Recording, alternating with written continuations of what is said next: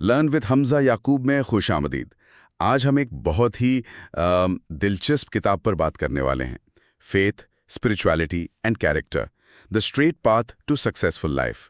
اس کے مصنف ہیں ڈاکٹر حافظ عبد الغنی صاحب، جو ریلیجیس اسٹڈیز کے پروفیسر ہیں۔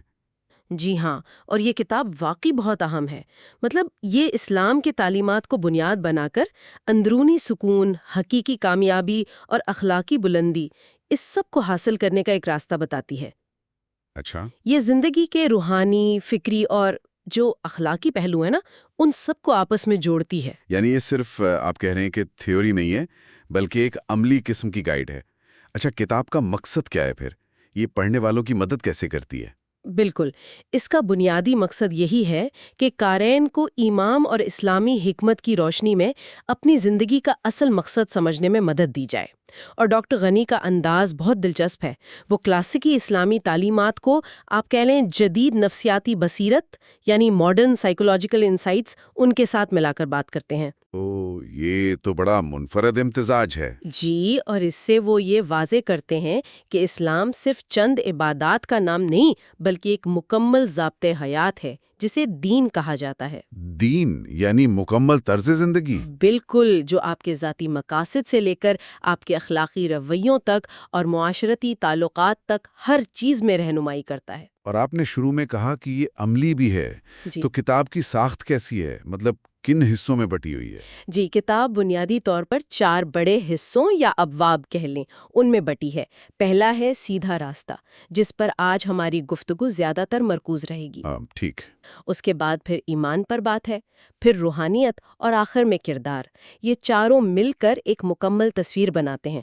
مطلب خود شناسی کے سفر سے شروع ہو کر سچے ایمان کی حقیقت کیا ہے، روحانیت کی گہرائیاں کیا ہیں، اور پھر ایک کامیاب اور بامقصد زندگی کے لیے اچھے کردار کی کیا اہمیت ہے، یہ سب کچھ اس میں شامل ہے۔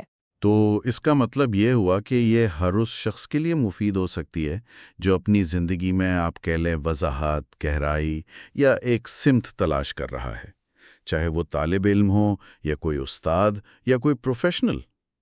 اور آپ کہہ رہی ہیں کہ اس میں عملی ٹولز، روحانی مشقیں اور غور و فکر کے طریقے بھی شامل ہیں؟ جی بالکل، عملی تجاویز بھی ہیں۔ آج ہم پہلا باب، سیدھا راستہ، اسی پر ذرا تفصیل سے بات کریں گے۔ ٹھیک ہے۔ گفتگو شروع کرنے سے پہلے ایک ضروری وضاحت بھی کر دیں۔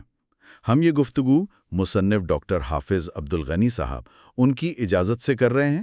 یہ مواد صرف تعلیمی مقاصد کے لیے ہے، اور یہ بھی واضح کر دیں کہ ہم کتاب کا لفظ بہ لفظ ترجمہ نہیں پیش کر رہے ہیں، بلکہ ہر باب کا ایک خلاصہ آسان اردو میں پیش کر رہے ہیں۔ جی، اور یہ بھی بتانا ضروری ہے کہ وائس اوور میں AI ٹولز کا استعمال کیا گیا ہے، تو ہو سکتا ہے کہیں تلفظ میں معمولی سا فرق محسوس ہو۔ بالکل، تو آئیے شروع کرتے ہیں۔ پہلا باب، سیدھا راستہ۔ عنوان ہی بڑا دلچسپ ہے۔ یہ باب کس مرکزی خیال کے گرد گھومتا ہے؟ دیکھیں، یہ باب دراصل پوری کتاب کی بنیاد رکھتا ہے۔ اس کا جو مرکزی نقطہ ہے نا، وہ ہے خود کو پہچانو۔ انگریزی میں کہیں تو نو دائی سیلف۔ خود کو پہچانو؟ جی، ڈاکٹر غنی کا استدلال یہ ہے کہ حقیقی خوشی اور کامیابی کا سفر کہیں باہر سے شروع نہیں ہوتا، بلکہ اپنے اندر سے شروع ہوتا ہے، اپنی ذات کو سمجھنے سے۔ جب تک ہم اپنی خوبیوں، اپنی کمزوریوں، اپنی اقدار یعنی ہماری ویلیوز کیا ہیں، ان کو نہیں پہچانتے، تب تک وہ کہتے ہیں زندگی کا اصل مقصد پانا ممکن نہیں۔ یہ خود کو پہچانو والی بات، یہ تو بہت پرانی لگتی ہے۔ میرا مطلب ہے یونانی فلسفے میں بھی اس کا ذکر ملتا ہے۔ ارسطو کا قول بھی ہے، آپ نے بھی ذکر کیا کہ اپنے اندر جھانکو، ساری حکمت وہیں ہے۔ تو کتاب اس تصور کو اسلامی زاویے سے کیسے پیش کرتی ہے؟ بہت ہی خوبصورت انداز سے۔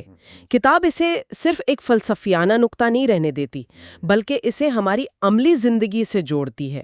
وہ بتاتی ہے کہ کامیابی کے 2 راستے ہوتے ہیں۔ ایک ہے بیرونی راستہ، جس پر اکثر دنیا چلتی نظر آتی ہے۔ یعنی کون سا راستہ؟ مطلب دولت کمانا، طاقت حاصل کرنا، شہرت پانا، کوئی بڑا عہدہ حاصل کر لینا، یہ چیزیں۔ یہ راستہ فوری طور پر تسکین تو دے سکتا ہے شاید، لیکن ضروری نہیں کہ حقیقی خوشی بھی دے۔ اچھا، تو پھر دوسرا راستہ کون سا ہے؟ دوسرا راستہ اندرونی ہے، اور کتاب اسے کہتی ہے کم اختیار کیا جانے والا راستہ۔ کم اختیار کیا جانے والا؟ جی، یہ ذاتی تکمیل کا راستہ ہے، یعنی اپنے شعور کو بڑھانا، اپنی اصلیت کو پانا، اپنے اخلاق کو بہتر بنانا اور روحانی طور پر ترقی کرنا۔ کتاب کہتی ہے کہ یہی وہ راستہ ہے جو گہری اور آپ کہہ لیں دیر پا خوشی کی طرف لے جاتا ہے۔ صحیح۔ اور یہ کوئی نیا آئیڈیا نہیں ہے۔ قدیم حکمت ہو یا تمام الہامی مذاہب، وہ اسی اندرونی سفر کی بات کرتے ہیں۔ اسی راستے نے تو بڑے بڑے انبیاء، اولیاء، صوفیاء اور عظیم مفکرین پیدا کیے ہیں۔ تو گویا یہ باپ ہمیں دعوت دے رہا ہے کہ ہم صرف باہر کی کامیابی، اس کی چکا چوند پر ہی نہ رہیں، بلکہ اپنی اندرونی تکمیل پر بھی توجہ دیں۔ لیکن انسان تو بہت پیچیدہ مخلوق ہے۔ کیا کتاب انسانی شخصیت کی اس پیچیدگی پر بھی روشنی ڈالتی ہے؟ جی بالکل۔ کتاب انسانی شخصیت کے 4 بنیادی ستونوں کا ذکر کرتی ہے، یا آپ انہیں اجزاء کہہ لیں: جسم، دماغ، دل اور روح۔ جسم، دماغ، دل، روح۔ جی، اور ہر ایک کی اپنی ضروریات ہیں، اپنی صلاحیتیں ہیں، اپنی خواہشات ہیں۔ جسم ظاہر ہے اللہ کی تخلیق کا ایک شاہکار ہے۔ دماغ یہ سوچنے، سمجھنے، تجزیہ کرنے کی صلاحیت رکھتا ہے۔ دل جو ہے وہ ہمارے جذبات، احساسات، محبت، ہمدردی، ان سب کا مرکز ہے۔ اور روح وہ ہمارے وجود کا وہ لطیف جوہر ہے جو اپنے خالق سے جڑنا چاہتا ہے۔ یہ چاروں، جسم، دماغ، دل، روح، ان میں توازن کیسے قائم ہو؟ یہ تو اکثر لگتا ہے کہ ایک دوسرے سے ٹکرا رہے ہیں۔ جسم کچھ چاہتا ہے، دماغ کہیں اور، دل کی اپنی دنیا، روح کی پکار الگ۔ یہی تو اصل چیلنج ہے نا؟ کتاب یہی کہتی ہے کہ حقیقی کامیابی ان چاروں پہلوؤں میں توازن پیدا کرنے کا نام ہے۔ اسے ایک مربع یعنی اسکوائر کی مثال سے سمجھایا گیا ہے، جس کے چاروں کونے برابر اہم ہیں۔ کوئی ایک کونا کمزور ہو تو شکل بگڑ جاتی ہے۔ دلچسپ مثال ہے۔ جی۔ تو کامیابی صرف زیادہ حاصل کرنا نہیں ہے، مطلب ہیونگ مور نہیں، بلکہ بہتر بننا ہے، بینگ مور۔ اور اس توازن کو قائم رکھنے کے لیے ظاہر ہے ایک ایسے جامع نظریے کی ضرورت پڑتی ہے جو ان سب کو ساتھ لے کر چل سکے۔ اور آپ کے خیال میں یا کتاب کے مطابق وہ جامع نظریہ اسلام فراہم کرتا ہے؟ بالکل۔ کتاب یہی کہتی ہے کہ اسلام صرف روحانیت پر زور نہیں دیتا یا صرف دنیاوی معاملات پر نہیں، یہ ایک مکمل نظام ہے جو انسانی شخصیت کے چاروں پہلوؤں کا خیال رکھتا ہے، اور نبی اکرم صلی اللہ علیہ وآلہ وسلم کی زندگی وہ اس کی بہترین عملی مثال ہے۔ کیسے؟ آپ دیکھیں نا، آپ صلی اللہ علیہ وآلہ وسلم کی زندگی میں جسمانی صحت کا بھی خیال ہے، فکری گہرائی بھی ہے، جذباتی اور سماجی تعلقات بھی بہترین ہیں، اخلاقی بلندی کا تو کیا کہنا، اور روحانی کمال بھی اپنی انتہا پر ہے۔ یہ سب ایک ساتھ ایک متوازن انداز میں نظر آتا ہے۔ اسلام زندگی کے ہر پہلو میں رہنمائی دیتا ہے۔ وہ قرآن پاک کی مشہور دعا بھی تو یہی سبق دیتی ہے نا؟ سورۃ البقرہ کی آیات 200 سے 202 تک۔ کون سی دعا؟ ربنا آتنا فی الدنیا حسنہ وفی الآخرۃ حسنہ وقنا عذاب النار۔ اے ہمارے رب، ہمیں دنیا میں بھی بھلائی عطا فرما اور آخرت میں بھی بھلائی عطا فرما، اور ہمیں آگ کے عذاب سے بچا۔ جی ہاں، بالکل۔ یہ دعا اسلام کے اسی متوازن نقطۂ نظر کی بہترین عکاسی کرتی ہے۔ دنیا بھی مانگو، آخرت بھی مانگو۔ تو پہلا قدم ہوا خود کو پہچانو، پھر شخصیت کے چاروں پہلوؤں میں توازن پیدا کرنا۔ اچھا، اس سفر کو عملی طور پر شروع کرنے کے لیے کتاب کیا حکمت عملی بتاتی ہے؟ کوئی منصوبہ؟ جی، کتاب ایک 3 قدمی منصوبہ پیش کرتی ہے۔ اسے آپ کہہ سکتے ہیں ذاتی ترقی کا منصوبہ یا پرسنل ڈیولپمنٹ پلان۔ پہلا قدم، خود کو پہچانو۔ نو تھائی سیلف، مطلب گہرائی میں یہ سمجھنا کہ آپ کون ہیں۔ اپنا مقصد تلاش کرو۔ ایکسپلور یور پرپس، یہ جاننا کہ آپ کی زندگی کا مقصد کیا ہے، آپ یہاں کیوں ہیں۔ اور تیسرا قدم، سیدھے رستے پر چلو۔ فالو دا اسٹریٹ پاتھ، یعنی وہ متوازن اخلاقی رستہ اپنانا جو آپ کے روحانی، اخلاقی اور دنیاوی مقاصد کو ہم آہنگ کرے۔ آئیے اس پہلے قدم پر، خود کو پہچانو، اس پر ذرا اور گہرائی میں بات کرتے ہیں۔ یہ سننے میں تو بہت سادہ لگتا ہے، خود کو پہچانو، لیکن شاید یہ اتنا سادہ ہے نہیں۔ بالکل نہیں۔ یہ صرف یہ جاننا نہیں ہے کہ مجھے کیا پسند ہے، کیا ناپسند ہے۔ قدیم یونان میں ڈیلفی کے مندر پر لکھا تھا گنوتھی سیاوتن، یعنی نو دائی سیلف۔ عربی میں اس کے لیے بڑا خوبصورت لفظ ہے معرفت النفس۔ معرفت النفس؟ جی، اس کا مطلب ہے اپنی ذات کی گہرائیوں میں اترنا، اپنی نفسیات کو سمجھنا، اپنی سوچ کے انداز کو سمجھنا، اپنے جذباتی رد عمل کو جاننا اور اپنی روحانی حقیقت کو سمجھنا۔ یہ جاننا نہیں کہ آپ کے بارے میں لوگ کیا کہتے ہیں یا کیا مشہور ہے، بلکہ یہ جاننا کہ آپ اصل میں کیا ہیں۔ یہ ایک طرح کی وجودی یعنی ایگزسٹینشل اور فلسفیانہ فلسافیکل تلاش ہے۔ اسلامی تاریخ میں کن بڑے مفکرین نے اس پر خاص طور پر زور دیا ہے؟ بہت سے ہیں، لیکن کتاب خاص طور پر 3 نام لیتی ہے: امام غزالی، مولانا جلال الدین رومی اور علامہ محمد اقبال۔ اچھا۔ امام غزالی رحمۃ اللہ اپنی مشہور کتاب کیمیائے سعادت میں خود شناسی کو خدا شناسی کی کنجی قرار دیتے ہیں۔ وہ باطنی سفر پر بہت زور دیتے ہیں، یعنی غور و فکر کرنا، مراقبہ کرنا اور دل کو پاک کرنا، جسے تزکیہ قلب کہتے ہیں۔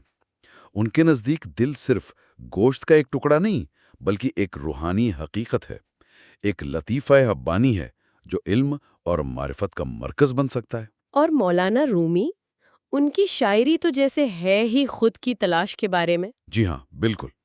رومی ہمیں بار بار دعوت دیتے ہیں کہ ہم اپنی بنائی ہوئی جھوٹی شناختوں کے پردے ہٹا دیں اور اپنے اندر کی اصل حقیقت کو دریافت کریں۔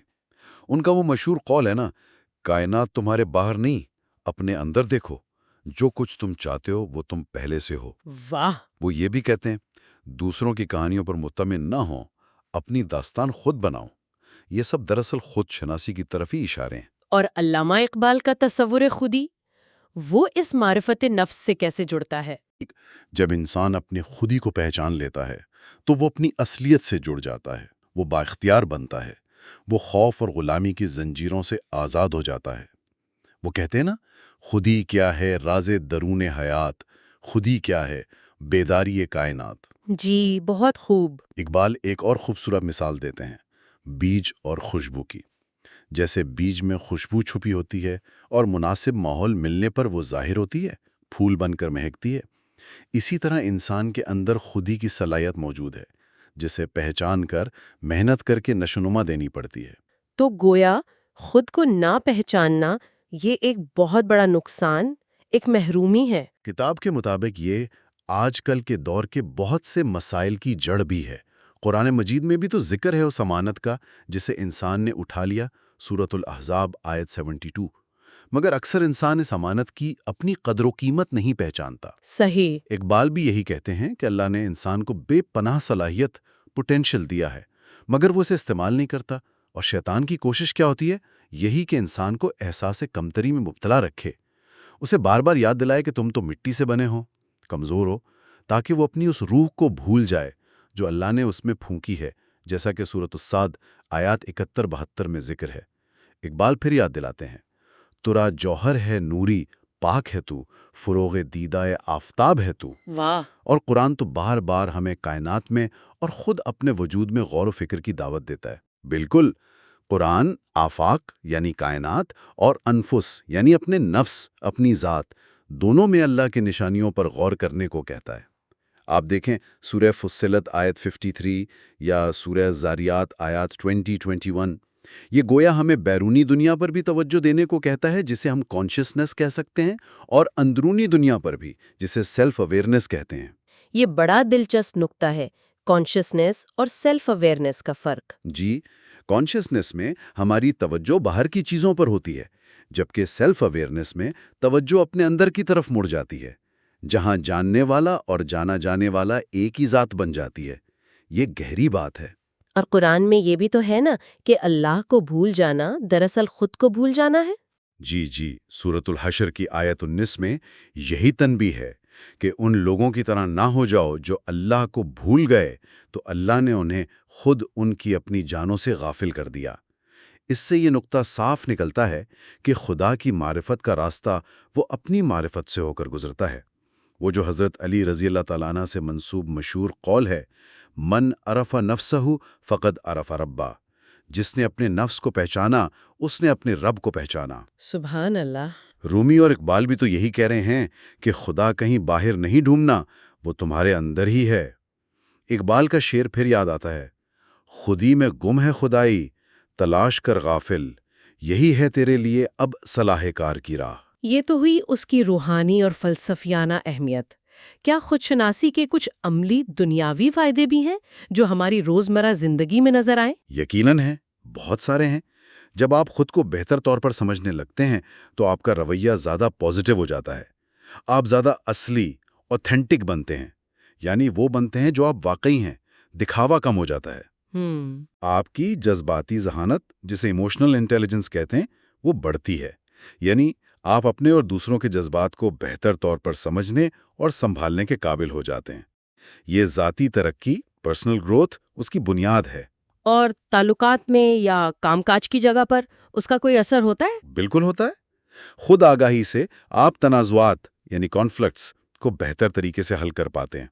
آپ میں خود اختیاری سیلف ماسٹری آتی ہے، یعنی آپ حالات کا شکار بننے کے بجائے اپنے رد عمل پر قابو پانا سیکھتے ہیں۔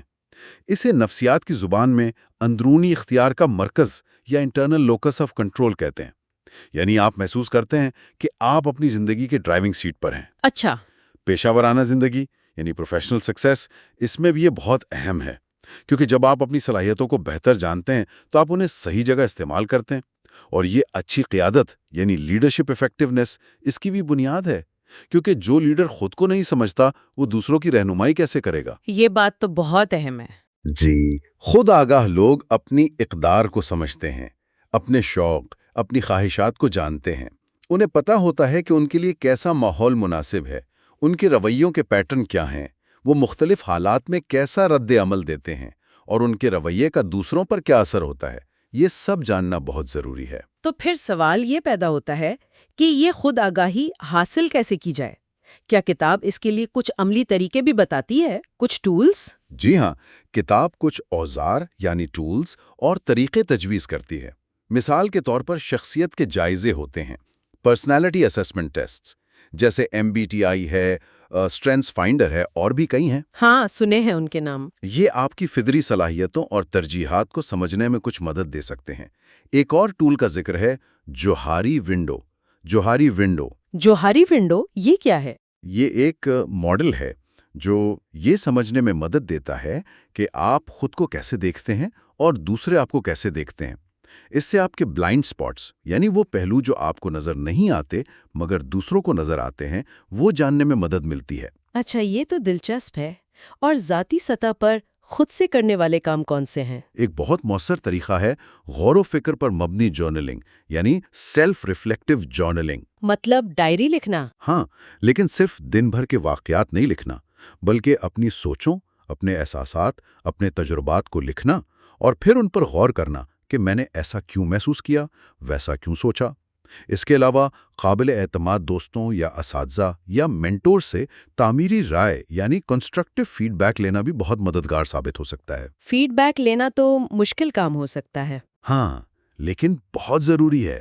اور سب سے بڑھ کر اسلامی روایت میں جس چیز پر بہت زیادہ زور ہے وہ ہے غور و فکر کرنا، تفکر اور تدبر۔ قرآن خود ہمیں بار بار اس کی دعوت دیتا ہے۔ کائنات پر غور کرنا، اپنی ذات پر غور کرنا، اللہ کی نشانیوں پر غور کرنا، یہ خودشناسی کا سب سے بڑا ذریعہ ہے۔ تو اس کا مطلب یہ ہوا کہ یہ کوئی ایک دفعہ کا کام نہیں ہے کہ بس ٹیسٹ کر لیا اور خود کو پہچان لیا، یہ تو ایک مسلسل عمل ہے۔ بالکل، یہ ایک لائف لانگ جرنی ہے، ایک مسلسل سفر ہے۔ یہ ٹولز تو بس شروعات میں مدد دے سکتے ہیں۔ ان کے علاوہ کتاب یہ بھی کہتی ہے کہ کلاسیکی ادب کا مطالعہ، یعنی مذہب، فلسفہ، تاریخ، نفسیات اور خاص طور پر عظیم شاعری، یہ بھی انسان کو اپنی ذات اور انسانی فطرت کو سمجھنے میں گہری بصیرت عطا کرتا ہے۔ صحیح۔ یہ سب ذرائع ہمیں اپنے آپ کو بہتر طور پر جاننے میں مدد دیتے ہیں۔ اور ہاں، اس سفر میں خود اثباتی یعنی سیلف افرمیشن بھی اہم ہے۔ اپنی مثبت خوبیوں کا اعتراف کرنا، ان پر شکر ادا کرنا، یہ بھی خودشناسی کا حصہ ہے۔ تو اگر ہم اس باب کا خلاصہ کریں تو مرکزی پیغام یہی بنتا ہے کہ خود شناسی یعنی اپنی ذات کی پہچان، یہی وہ پہلا بنیادی قدم ہے جو ہمیں اللہ سے قریب کرتا ہے اور حقیقی کامیابی اور فضیلت کی راہ پر ڈالتا ہے۔ جب ہم یہ سمجھ جاتے ہیں کہ ہم کون ہیں اور ہمارا مقصد وجود کیا ہے، تبھی ہم ایک بامقصد، باشعور، عاجزی اور ایمان والی زندگی گزارنا شروع کر سکتے ہیں۔ بالکل درست کہا آپ نے، اور یہی پہچان، یہی بنیاد اگلے مرحلے کے لیے ضروری ہے۔ کتاب کا اگلا باب ایمان پر ہے، جسے کامیابی کے لیے لازمی قرار دیا گیا ہے۔ تو اگلی گفتگو میں ہم انشاءاللہ دیکھیں گے کہ اللہ پر یقین رکھنا اور اس کی رہنمائی پر بھروسہ کرنا، یہ کس طرح ہماری سوچ، ہمارے اعمال اور بالآخر ہماری تقدیر پر اثر انداز ہوتا ہے۔ آج کی گفتگو سے ایک خیال جو میرے ذہن میں رہ گیا ہے وہ یہ ہے کہ اپنی ذات کی ان گہرائیوں کو کھوجنا یہ واقعی ایک نہ ختم ہونے والا سفر لگتا ہے۔ یہ جاننا کہ ہمارے اندر کتنی وسعتیں، کتنی صلاحیتیں پوشیدہ ہیں، یہ ہر ایک کو اپنی کہانی خود لکھنے کی دعوت دیتا ہے، جیسا رومی نے کہا تھا، یا اپنی خودی کو پہچان کر اسے جینے کا موقع فراہم کرتا ہے، جیسا اقبال نے سمجھایا تھا۔ جی ہاں، یہ دریافت شاید کبھی مکمل نہ ہو، اور شاید اسی نامکمل رہنے میں ہی اس کی اصل خوبصورتی ہے۔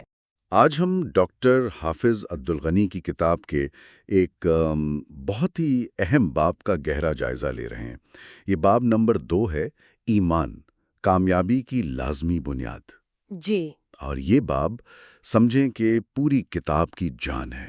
مصنف کا بنیادی نقطہ یہی ہے کہ حقیقی کامیابی جو ہے، اس کی جڑیں اصل میں ایمان میں ہوتی ہیں۔ بالکل درست۔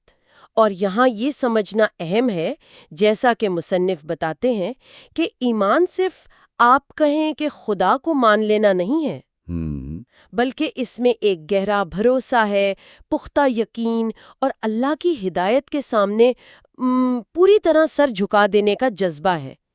یہی ایمان زندگی کے مقصد کو سمت دیتا ہے، جذبات کو ٹھہراؤ اور ہر مشکل کو ایک طرح سے مانی دیتا ہے۔ یہ تو بڑی دلچسپ بات ہے، مطلب کامیابی صرف باہر کی چیز نہیں بلکہ ایک اندرونی کیفیت ہے۔ جی ہاں، جس کی بنیاد ایمان ہے۔ تو آئیے اس موضوع کی گہرائی میں اترتے ہیں، دیکھتے ہیں ڈاکٹر غنی کیسے قدم بقدم یہ واضح کرتے ہیں کہ ایمان ہی کامیابی کی اصل بنیاد کیوں ہے۔ اچھا، تو گفتگو شروع ہوتی ہے اسلام کے لفظی معنی سے، یعنی اللہ کی مرضی کے سامنے سر جھکانا۔ جی، اور وہ فوراً ہی ایک فرق بتاتے ہیں ایمان اور محض اعتقاد میں۔ کیا فرق ہے یہ؟ جی، یہ بہت بنیادی نقطہ ہے۔ دیکھیں، اعتقاد یا بلیف وہ تو بس کسی بات کو ذہنی طور پر مان لینا ہے، اچھا، جیسے کوئی تاریخی واقعہ مان لیا۔ لیکن ایمان وہ اس سے بہت گہری چیز ہے۔ یہ دل کا یقین ہے، ایک ایسی روحانی کیفیت جو پورے وجود میں آپ کہیں سرایت کر جاتی ہے، ہمارے کردار کو بناتی ہے، ہمارے عمل میں نظر آتی ہے۔ مصنف کا زور اسی بات پر ہے کہ اگر یہ بنیاد یعنی ایمان مضبوط نہیں ہے نا، تو پھر چاہے جتنی تعلیم ہو، دولت ہو، مقام ہو، انسان کو وہ حقیقی سکون، وہ اطمینان نہیں مل سکتا۔ تو گویا ظاہری کامیابی اور اندرونی سکون الگ الگ چیزیں ہو سکتی ہیں جب تک ایمان نہ ہو۔ بالکل۔ مصنف نے سرنڈر یعنی تسلیم اور سبمیشن یعنی اطاعت، اس میں بھی فرق کیا ہے۔ اس کی کیا اہمیت ہے؟ جی، یہ باریکی اہم ہے۔ سرنڈر یا تسلیم میں دیکھیں ایک طرح کی عاجزی ہے، اللہ کے منصوبے کو، اس کی حکمت کو قبول کرنا، خاص طور پر جب حالات سمجھ سے باہر ہوں۔ اچھا، جبکہ سبمیشن یا اطاعت وہ ایک زیادہ فعال، ایک ایکٹیو عمل ہے۔ یہ اپنی مرضی سے شعوری طور پر اللہ کے حکم پر چلنا ہے۔ مثال؟ اس کی بہترین مثال قرآن پاک میں حضرت ابراہیم علیہ السلام کی ہے۔ جب اللہ نے کہا اسلم، فرما بردار ہو جاؤ، تو فوراً جواب دیا اسلمت لرب العالمین، میں تمام جہانوں کے رب کا فرما بردار ہو گیا۔ یہ ہے فعال اطاعت۔ مصنف اسلام کی عالمگیر حیثیت پر بھی بہت زور دیتے ہیں جی بالکل، کہ یہ کسی خاص قوم یا علاقے کا دین نہیں ہے۔ بالکل۔ مصنف واضح کرتے ہیں کہ قرآن کی نظر میں اسلام کا پیغام عالمگیر ہے، آفاقی ہے، کسی نسل، رنگ، علاقے تک محدود نہیں۔ قرآن تو پچھلے انبیاء اور ان کے سچے پیروکاروں کو بھی مسلم یعنی اللہ کا فرما بردار کہتا ہے۔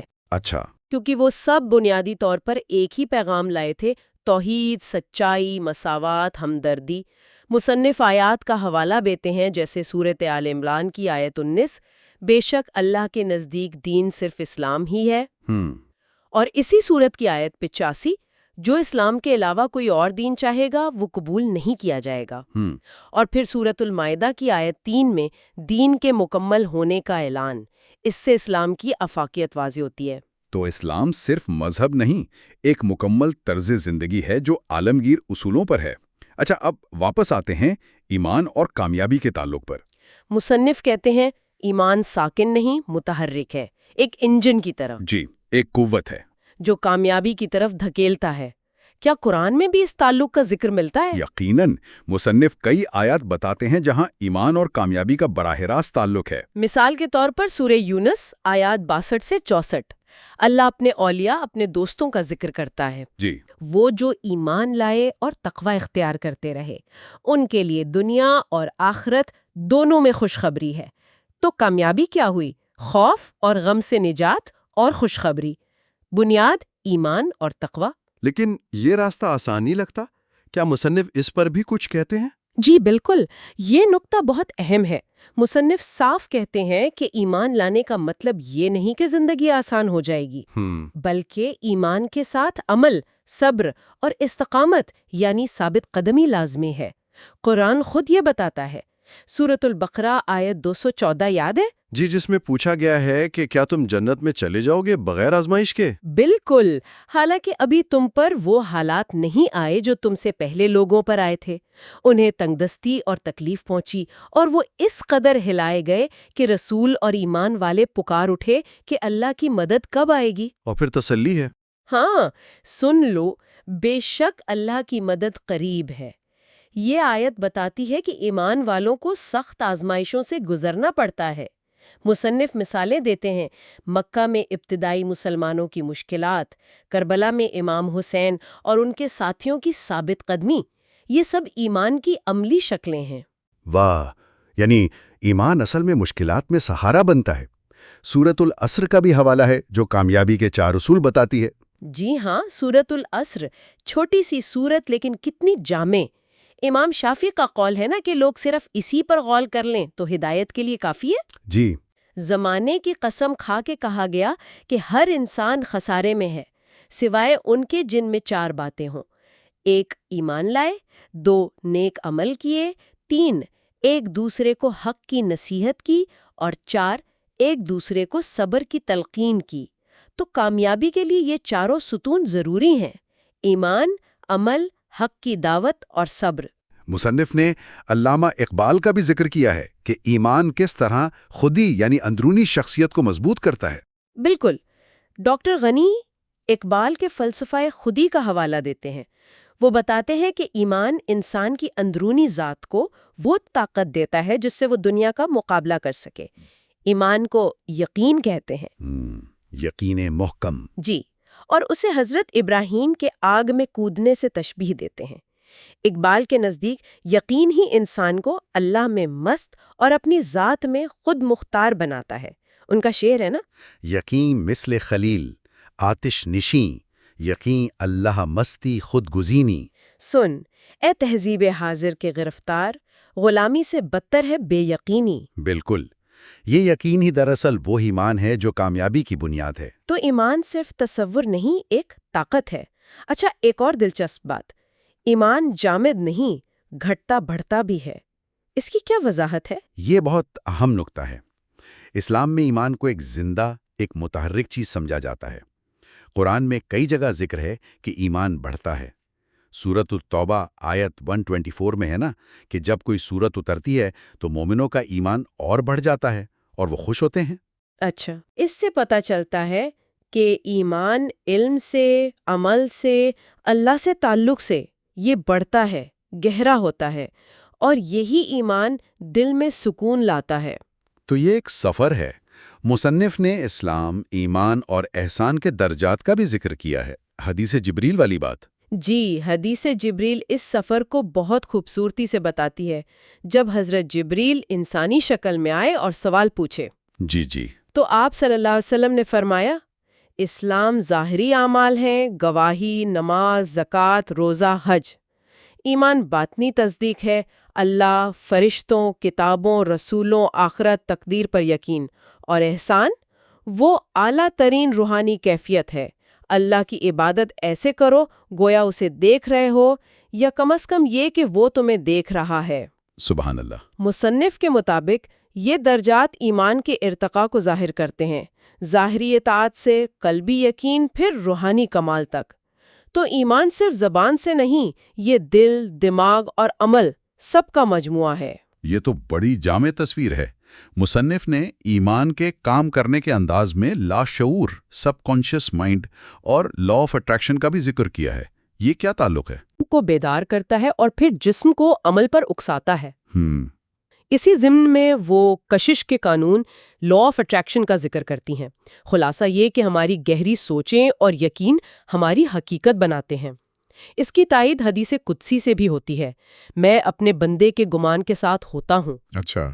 یعنی اگر بندہ اللہ سے خیر اور کامیابی کا یقین رکھتا ہے تو اللہ ویسا ہی معاملہ کرتا ہے۔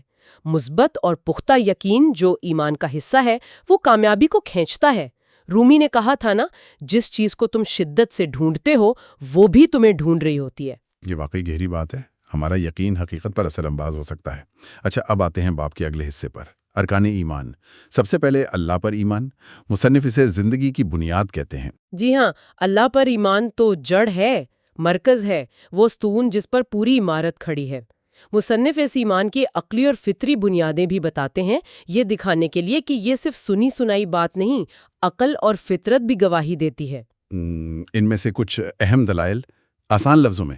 ضرور، مصنف نے کئی دلائل کو آسان انداز میں پیش کیا ہے۔ پہلا ہے تنظیم و مقصد کی دلیل، ٹیلیولوجیکل آرگیومنٹ۔ سادہ سی بات ہے، کائنات کو دیکھیں، سورج، چاند، ستارے، زمین کا نظام، انسانی جسم، جی، ہر طرف ایک حیرت انگیز ترتیب، نظم اور مقصد نظر آتا ہے۔ لگتا ہے سب کسی منصوبے کا حصہ ہے۔ یہ ڈیزائن اور مقصدیت ایک ذہین، باشعور، قدرت والے خالق کی طرف اشارہ کرتی ہے نا۔ قرآن بھی بار بار کہتا ہے نا کہ آسمانوں اور زمین کی تخلیق پر غور کرو۔ یعنی کائنات کی ڈیزائننگ خود ڈیزائنر کا پتہ دیتی ہے۔ صحیح۔ دوسرا دلیل؟ دوسرا ہے اخلاقی دلیل، مورل آرگیومنٹ۔ تمام انسانوں میں، ہر ثقافت میں کچھ بنیادی اخلاقی تصورات مشترک ہیں۔ صحیح۔ غلط کا احساس، انصاف، سچائی، ہمدردی، یہ کہاں سے آیا؟ مصنف دلیل دیتی ہیں کہ یہ کسی ایسی ہستی کی طرف سے ہے جو خود خیر مطلق ہے، جس نے یہ شعور ہمارے اندر رکھا ہے۔ اسی کو قرآن فطرت یا نفس لوامہ کہتا ہے۔ اگر کوئی اعلیٰ اخلاقی سرچشمہ یعنی خدا نہ مانے تو اخلاقیات کی بنیاد کمزور ہو جاتی ہے، صرف پسند ناپسند یا رواج۔ تو ہمارے اندر کی نیکی بدی کی پہچان بھی خدا کی دلیل ہے۔ تیسرا دلیل؟ تیسرا فطرت کی دلیل، آرگیومنٹ فرام انیٹ نیچر فطرہ۔ ہر انسان کی فطرت میں اللہ کا تصور یا کم از کم ایک اعلیٰ ہستی کی ضرورت کا احساس موجود ہے، پیدائشی طور پر۔ قرآن میں فطرت اللہ کا ذکر ہے۔ جی، سورۃ الروم میں۔ بالکل، اور وہ ازلی عہد، کیا میں تمہارا رب نہیں ہوں؟ سب نے کہا کیوں نہیں؟ اسی لیے جب انسان مشکل میں ہوتا ہے، بے بسی میں، تو غیر شعوری طور پر بھی اوپر دیکھتا ہے، کسی غیبی طاقت کو پکارتا ہے۔ یہ اندرونی پکار اسی فطری تعلق کی گواہ ہے۔ یہ تو روزمرہ کا مشاہدہ ہے۔ اور کائناتی دلیل، کاسمولوجیکل آرگیومنٹ؟ کرسی لکڑی سے، لکڑی درخت سے، درخت بیج سے، تو یہ زنجیر کہیں تو ختم ہونی چاہیے، ایک ایسے پہلے سبب، فرسٹ کاز پر جو خود کسی کا محتاج نہ ہو، جو خود سے ہو اور باقی سب کو وجود دے۔ مصنف کے مطابق وہ پہلا سبب ہی اللہ ہے۔ یعنی ہر تخلیق کا خالق ضروری ہے۔ پاسکلز کے ویجر کا بھی حوالہ ہے، یہ کیا ہے؟ ہاں، یہ ایک دلچسپ فلسفیانہ دلیل ہے۔ یہ خدا کا وجود ثابت نہیں کرتی، بلکہ کہتی ہے کہ ایمان لانا عقلی طور پر زیادہ فائدہ مند شرط ہے۔ اچھا۔ پاسکل کہتا ہے یا خدا ہے یا نہیں ہے۔ اگر آپ ایمان لائے اور خدا نکلا تو لامحدود انعام، ایمان نہیں لائے اور خدا نکلا تو لامحدود سزا۔ ایمان لائے اور خدا نہ نکلا تو کچھ دنیاوی لذتیں چھوڑی، بڑا نقصان نہیں۔ ایمان نہیں لائے اور خدا بھی نہ نکلا تو کچھ خاص ملا نہیں۔ تو حساب لگائیں تو ایمان لانے میں ہی فائدہ ہے۔ مصنف اسے ایک اضافی نکتے کے طور پر پیش کرتے ہیں۔ یہ تمام دلائل مل کر اللہ پر یقین کو مضبوط کرتے ہیں۔ مصنف نے اللہ کے ناموں، صفات اور خاص طور پر توحید پر بھی بات کی ہے۔ جی ہاں، اللہ پر ایمان کا لازمی حصہ توحید ہے۔ اللہ کو ایک ماننا، عبادت کے لائق صرف وہی، خالق، مالک، رازق، حاکم، صرف وہی۔ اس کی ذات، صفات، اختیارات میں کوئی شریک نہیں۔ مصنف اللہ کے اسماء الحسنی، خوبصورت ناموں اور صفات رحمان، رحیم، قدیر، علیم کا ذکر کرتی ہیں اور بتاتی ہیں کہ ان صفات کا علم اور یقین مسلمان کی پوری زندگی کو، اس کی سوچ، جذبات، اعمال کو بناتا ہے۔ آیات جیسے آیت الکرسی، سورۃ النور کی آیت، سورۃ الحشر کی آخری آیات، یہ سب اللہ کی معرفت اور ایمان کو گہرا کرتی ہیں۔ اللہ پر ایمان کے بعد دوسرے ارکان ایمان کا بھی مختصر ذکر ہے۔ فرشتوں پر ایمان کیوں ضروری ہے؟ فرشتوں پر ایمان غیب پر ایمان کا حصہ ہے۔ یہ اللہ کی نوری مخلوق ہے، اس کے حکم پر کائنات کا نظام چلا رہے ہیں۔ ان پر ایمان ہمیں احساس دلاتا ہے کہ ہم اکیلے نہیں، ایک ان سین نظام کام کر رہا ہے۔ اور کرامن کاتبین والی بات؟ جاری کا احساس دلاتا ہے کہ ہمارے اعمال لکھے جا رہے ہیں۔ اس سے خود احتسابی، سیلف اکاؤنٹیبلٹی بڑھتی ہے، جو کامیابی کے لیے اہم ہے۔ اور اللہ کی کتابوں پر ایمان؟ الہامی کتابوں پر ایمان کا مطلب ہے کہ اللہ نے انسانوں کی رہنمائی کے لیے کتابیں نازل کی۔ ہم توریت، زبور، انجیل، صحیفوں کا احترام کرتے ہیں، اجمالاً ایمان لاتے ہیں۔ اور تفصیلی ایمان قرآن پر؟ جی، قرآن آخری اور مکمل کتاب ہے، قیامت تک ہدایت کا سرچشمہ۔ مصنف کہتی ہیں کہ قرآن سے جڑنا، اسے رہنما بنانا ہی کامیابی کی ضمانت ہے۔ اسی طرح تمام انبیاء پر ایمان بھی لازم ہے؟ جی بالکل، آدم سے لے کر آخری نبی حضرت محمد صلی اللہ علیہ وسلم تک سب اللہ کے سچے پیغمبر تھے، سب ایک ہی پیغام لائے، توحید، اللہ کی اطاعت۔ ہم سب کا احترام کرتے ہیں۔ اور نبی کریم صلی اللہ علیہ وسلم اسوہ حسنہ ہے؟ جی، بہترین نمونہ۔ مصنف کے مطابق آپ صلی اللہ علیہ وسلم کی سیرت کو سمجھنا اور عمل کرنا ایمان کو عملی زندگی میں لانا ہے، جو کامیابی میں مدد دیتا ہے۔ اور آخری رکن، آخرت پر ایمان، اس کی کیا اہمیت ہے؟ آخرت پر ایمان مرنے کے بعد زندگی، حساب کتاب، جزا سزا، یہ عقیدہ زندگی کا پورا نقطہ نظر بدل دیتا ہے۔ یہی زندگی کو حتمی مقصد دیتا ہے، احساس دلاتا ہے کہ دنیا عارضی ہے، اصل کامیابی آخرت کی ہے۔ یہ نیکی پر قائم رکھتا ہے، برائی سے روکتا ہے، مشکلات میں صبر دیتا ہے، دنیا کو امتحان گاہ سمجھنے کا تصور۔ اس سے انسان زیادہ ذمہ دار بنتا ہے۔ تو یہ 6 ارکان مل کر ایک مکمل فریم ورک بناتے ہیں، عقیدہ بھی، عملی رہنمائی بھی۔ باب کے آخر میں مصنف خلاصہ کیسے پیش کرتی ہیں؟ مصنف خلاصہ کرتے ہوئے زور دیتی ہیں کہ ایمان صرف عقائد کا مجموعہ نہیں، بلکہ ایک زندہ، فعال، طاقتور قوت ہے۔ یہ حقیقی کامیابی کی لازمی بنیاد ہے، کیونکہ یہ مقصد دیتا ہے، ہمت دیتا ہے، لچک، ریزیلینس پیدا کرتا ہے، مثبت سوچ اور توکل بڑھاتا ہے، ملتی ہے، اور انسان دنیا و آخرت دونوں میں حقیقی کامیابی کی راہ پر چل پڑتا ہے۔ آج کی یہ گفتگو واقعی ایمان کے تصور کو ایک نئے زاویے سے سمجھنے میں مدد دیتی ہے۔ یہ صرف ماننے کی بات نہیں، بلکہ زندگی بدلنے والی قوت ہے۔ اور یہیں سے وہ اہم سوال پیدا ہوتا ہے جس پر ہم سب کو سوچنا چاہیے۔ کیا ہم اپنی روزمرہ زندگی میں ایمان کو صرف ایک رسمی، وراثتی عقیدے کے طور پر لیتے ہیں، یا واقعی اسے اپنی سوچ، اپنے فیصلوں، اپنے اعمال، اپنی کامیابی کی بنیاد بنا رہے ہیں؟ کیا ہمارا ایمان واقعی متحرک ہے؟ یہ واقعی ایک غور طلب سوال ہے۔ اچھا، اگلے جائزے میں ہم اسی کتاب کے اگلے باب پر بات کریں گے، جو روحانیت یعنی روحانیت پر ہے۔ یہ ایمان کا عملی اور اندرونی پہلو ہے۔ دیکھیں گے کہ عبادات، ذکر، نفس کی پاکیزگی، یہ چیزیں ہمیں اللہ کے قریب کیسے لاتی ہیں اور کامیابی پر کیا اثر ڈالتی ہیں۔ السلام علیکم۔ ہم سب کے اندر آپ دیکھیں کہیں گہرائی میں ایک تلاش سی ہوتی ہے، خالق سے جڑنے کی خواہش، زندگی میں کوئی گہرا مطلب پانے کی۔ جی بالکل۔ آج ہم ڈاکٹر حافظ عبد الغنی کی کتاب کے ایک بہت اہم باب روح کا سفر پر بات کر رہے ہیں۔ جی، یہ باب اسی پکار، اسی آرزو کے بارے میں ہے، خالق سے تعلق کی۔ بنیادی بات جو سمجھ آتی ہے وہ یہ کہ اسلام میں روحانیت یعنی روحانیت جو ہے وہ دنیا سے بھاگنا نہیں ہے، نہیں، بالکل نہیں۔ بلکہ دنیا میں رہتے ہوئے اللہ کو یاد کرتے ہوئے اس کے شعور کے ساتھ جینا ہے۔ تو آج کوشش کرتے ہیں یہ سمجھنے کی کہ یہ اللہ کا شعور، جسے تقویٰ کہتے ہیں، یہ اصل میں ہے کیا، اور ہمارے اندر کی جو کشمکش ہے، نفس جسے کہا گیا، وہ کیا چیز ہے، اور پھر یہ کہ اسلام کی جو عبادات ہیں وہ اس اندرونی صفائی، تزکیہ میں کیسے مدد کرتی ہیں۔ بالکل۔ یہ باب اسی اندرونی خواہش کو، اسی روحانی تڑپ کو سمجھنے کی ایک کوشش ہے۔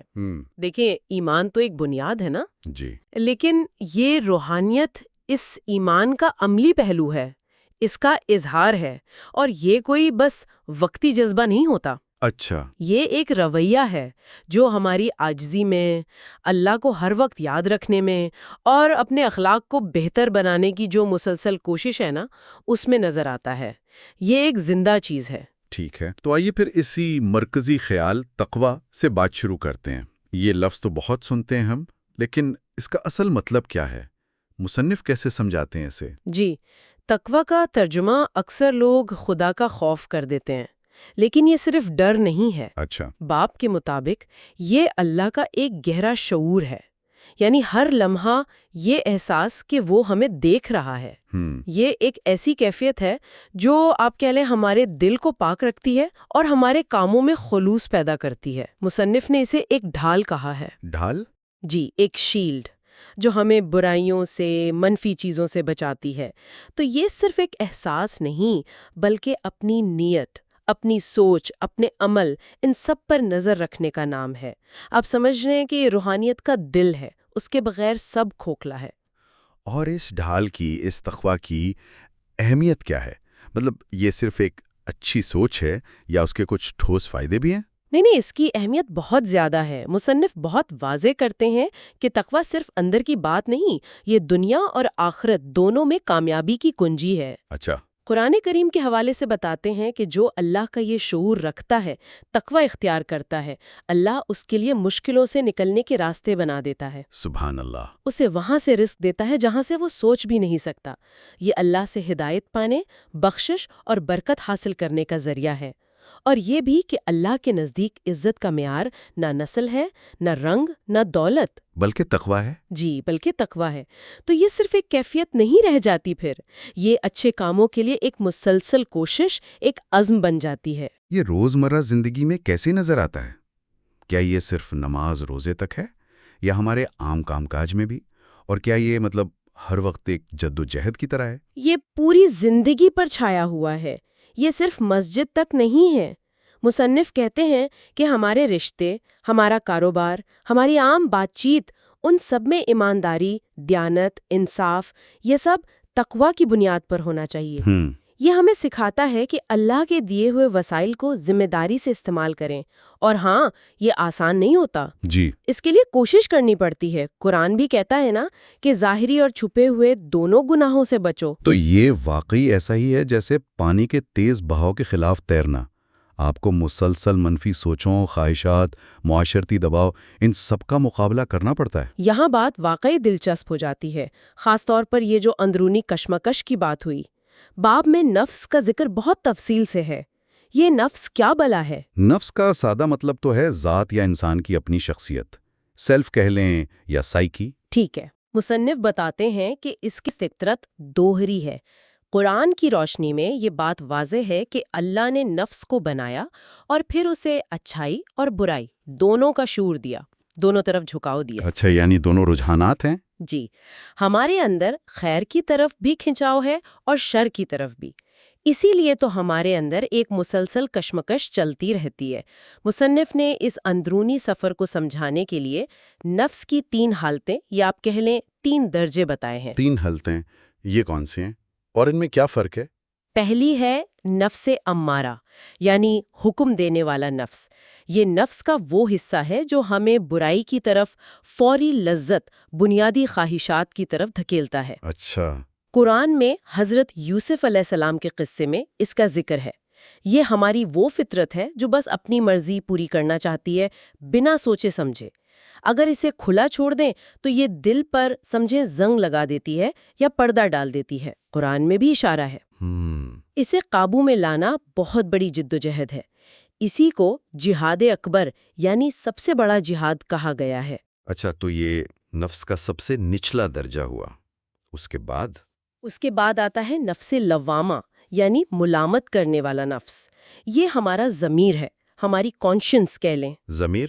جی، جب ہم کوئی غلطی کرتے ہیں نا تو یہ نفس ہمیں اندر سے ٹوکتا ہے، شرمندگی ہوتی ہے، پچھتاوا ہوتا ہے، یہ ہمیں توبہ کی طرف، اپنی اصلاح کی طرف لاتا ہے۔ صحیح۔ قرآن میں اس نفس کی قسم بھی کھائی گئی ہے، تو یہ ایک اچھی نشانی ہے۔ یہ ظاہر کرتا ہے کہ انسان روحانی طور پر جاگ رہا ہے، اپنی غلطی محسوس کر رہا ہے۔ اور تیسری حالت جو شاید منزل ہے؟ جی ہاں، تیسری اور سب سے اونچی حالت ہے نفس مطمئنہ، یعنی پرسکون یا مطمئن نفس۔ یہ وہ حالت ہے جب نفس اللہ کی یاد میں، اس کی اطاعت میں پوری طرح سکون پا لیتا ہے، اطمینان میں آ جاتا ہے۔ مطمئن۔ اسے نہ دنیا کی کوئی فکر ستاتی ہے، نہ آخرت کا کوئی بیجا خوف، وہ بس اللہ کی رضا میں راضی رہتا ہے۔ قرآن میں ایسے نفس کو جنت کی خوشخبری دی گئی ہے۔ یہ ایمان کی پختگی اور اللہ سے گہرے تعلق کی نشانی ہے۔ تو یہ سفر نفس امارہ کی اس بے لگامی سے نفس مطمئنہ کے سکون تک یہ طے کیسے ہوتا ہے؟ کیا راستہ بتایا ہے مصنف نے؟ اس کا راستہ ہے تزکیہ نفس، یعنی نفس کی پاکیزگی، اس کی صفائی۔ تزکیہ نفس۔ جی، مصنف نے اسے ایک طرح کی روحانی کیمیا گری، اسپرچول الکمی کہا ہے۔ دلچسپ۔ جیسے پرانے کیمیاگر معمولی دھاتوں کو سونا بنانے کی کوشش کرتے تھے نا، ویسے ہی تزکیہ کا عمل ہمارے اندر کی معمولی دھاتیں، یعنی برائیاں، مثلاً تکبر ہے، لالچ، حسد، غصہ، شہوت، غفلت، ان کو روحانی سونے یعنی اچھائیوں میں بدلتا ہے، جیسے صبر، شکر، عاجزی، خلوص، اللہ پر بھروسہ۔ اس میں اپنی بری عادتوں، برے خیالات کو پہچاننا، انہیں ختم کرنا اور ان کی جگہ اچھی صفات کو پروان چڑھانا شامل ہے۔ یہ سننے میں تو بہت گہرا عمل لگتا ہے اور شاید مشکل بھی۔ یقیناً آسان نہیں ہے، یہ ایک مسلسل کوشش ہے۔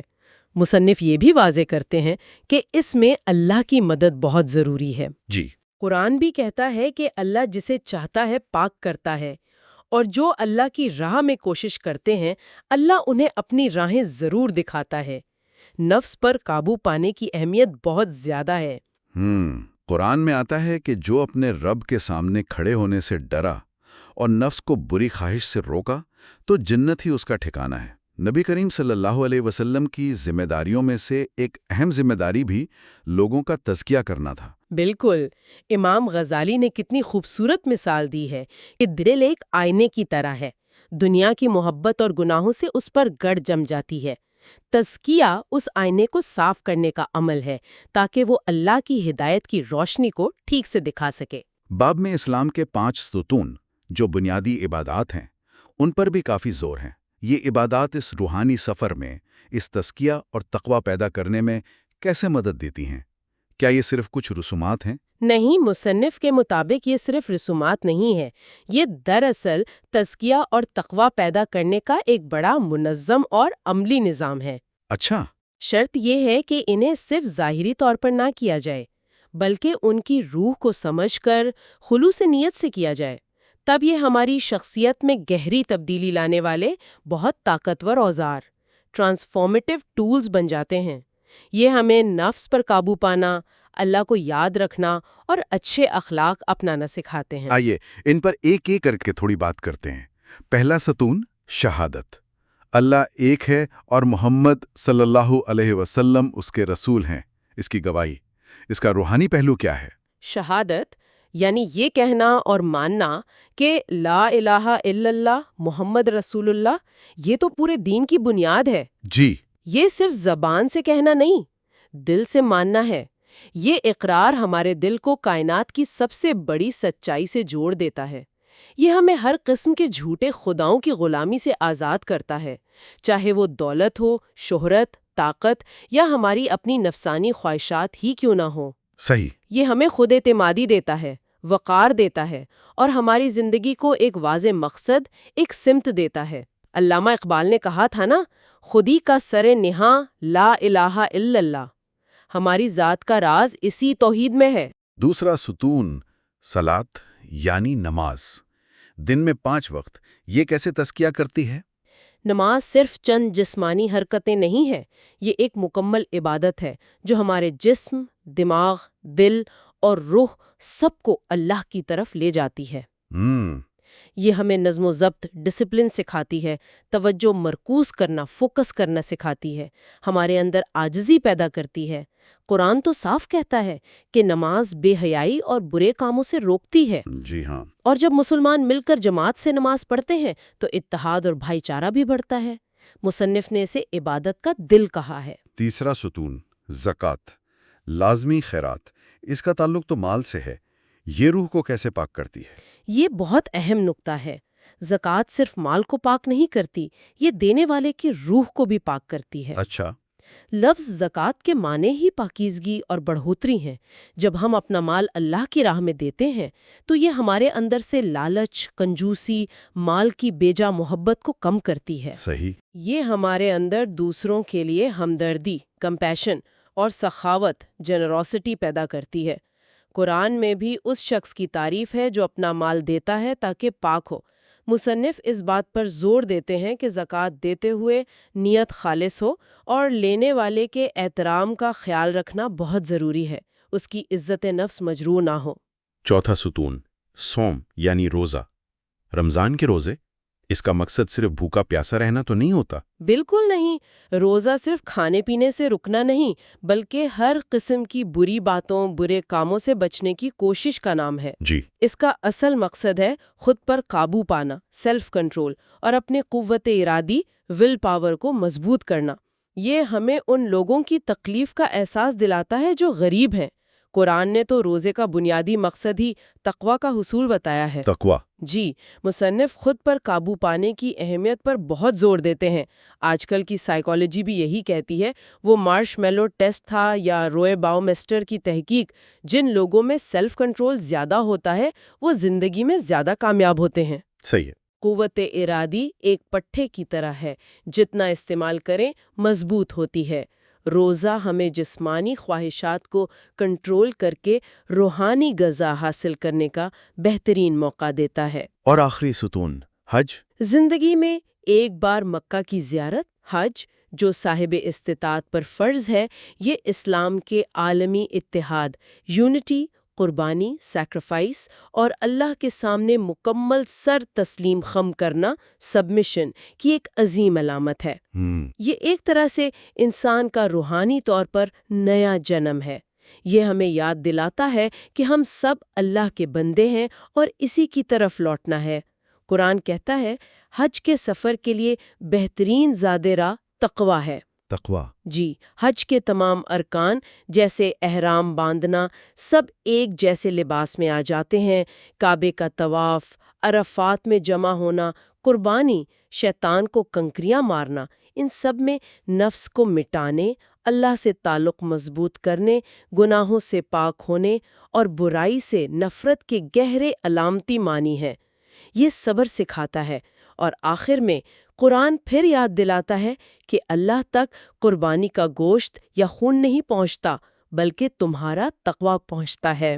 تو اس ساری گفتگو سے یہ بات تو بہت واضح ہو گئی کہ یہ عبادات صرف ظاہری اعمال نہیں ہیں، ان کا ایک بہت گہرا باطنی پہلو ہے۔ تو کیا صرف یہ اعمال کر لینا کافی نہیں ہے؟ بالکل نہیں۔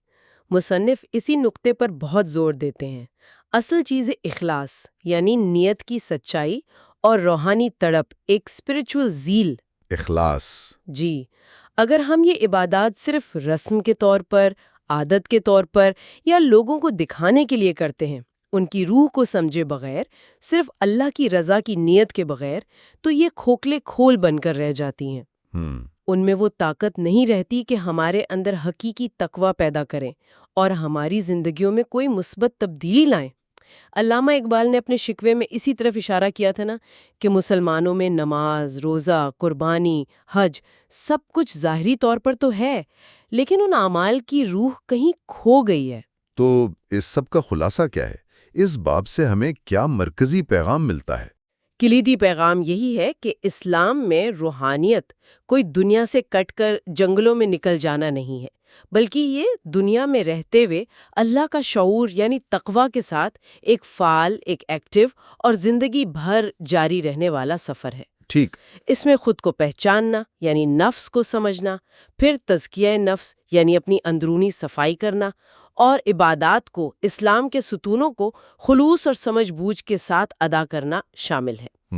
بالکل، اور اس سفر کا مقصد اپنے نفس کو، نفس امارہ جو برائی کی طرف مائل کرتا ہے، وہاں سے ترقی دے کر نفس مطمئنہ یعنی پرسکون روح کی حالت تک پہنچانا ہے۔ جی ہاں، تاکہ زندگی کے ہر لمحے، ہر کام میں، ہر سوچ میں اللہ کو یاد رکھ کر حقیقی سکون اور مقصد مل سکے۔ یہ دراصل اپنے ایمان اور عمل کو ایک جیسا کرنے کا نام ہے۔ اور آخر میں سامعین کے لیے ایک سوچنے کی بات چھوڑ جاتے ہیں۔ مصنف نے تقویٰ کو ڈھال کہا اور تزکیہ کو دل کی زمین سے فالتو جڑی بوٹیاں اکھاڑنا۔ تو ہم سب کو یہ سوچنا چاہیے کہ ہماری اپنی زندگیوں میں وہ کون سی ذاتی جڑی بوٹیاں ہیں، کون سی منفی عادتیں، سوچیں یا تعلقات ہیں جنہیں ہمیں صاف کرنے کی ضرورت ہے، تاکہ ہماری یہ تقویٰ کی ڈھال مضبوط ہو اور ہمارے اندر اچھی صفات پھل پھول سکیں۔ بہت گہری بات کہی، یہ واقعی سوچنے کا مقام ہے۔ اور اگلے باب میں ہم کردار یعنی اخلاق پر بات کریں گے، جو کہ ہمارے اسی اندرونی ایمان کا بیرونی اظہار ہے۔